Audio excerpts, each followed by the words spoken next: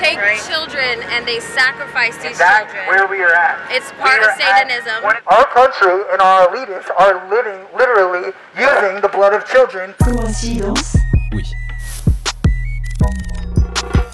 Les élites mondiales sont à la tête d'un trafic d'enfants qu'ils enlèvent afin de les torturer et d'extraire de leur cerveau l'adrénochrome, une substance qui leur permet de rester éternellement jeunes.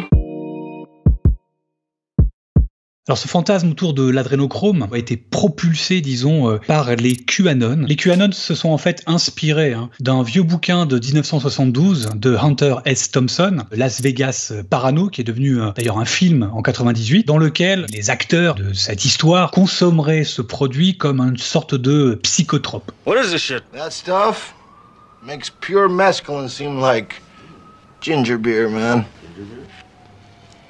Adrenochrome. Ce fantasme autour de l'adrénochrome vise essentiellement à discréditer les élites mondiales. Il y a d'abord évidemment les démocrates, Hillary Clinton, mais pas que, les Soros, les Bill Gates.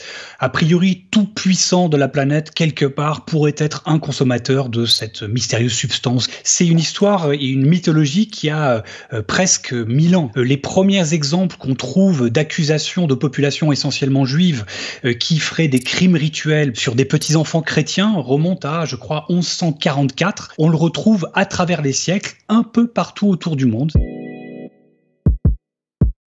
Il se trouve que cette substance, l'adrénochrome, existe, que c'est le résultat de l'oxydation de l'adrénaline, et aujourd'hui il y a des labos qui produisent des versions synthétiques de ce produit, donc on peut le trouver facilement. Mais il n'a évidemment pas la fonction, ni le rôle, ni les effets que leur fantasme, ces complotistes essentiellement que sont les QAnon. Tout ce fantasme autour de l'adrénochrome repose sur une idée en gros de pédocriminalité, sur le fait qu'on exploiterait la petite enfance. Et dès qu'on joue sur cette corde sensible, évidemment, on est plus susceptible de convaincre son auditoire parce que c'est absolument horrible de s'attaquer aux petits-enfants. Donc le seuil un peu de raison qu'on peut avoir face à ces allégations, ça baisse un peu et on a tendance à y croire ou vouloir y croire. Et c'est un combat qui devient un combat, j'allais dire, essentiel du bien contre le mal. Et certains peuvent basculer, même sans prendre beaucoup de précautions sur le terrain factuel.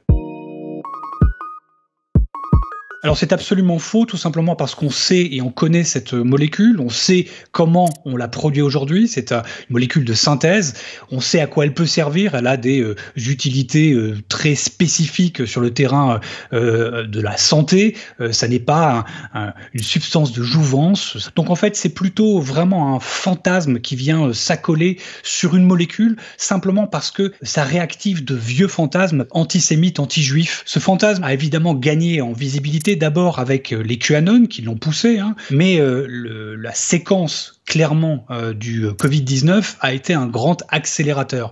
Tout simplement parce qu'on parle d'une substance chimique, on parle de quelque chose de physiologique, de l'exploitation, j'allais dire presque quasi médicale, de petits-enfants qu'on torturerait pour en extraire un produit spécifique. Et ça rentre un peu dans cette idée de ce fantasme, en gros, non pas du Big Pharma, mais de toutes ces théories complotistes qui tournent autour de la santé.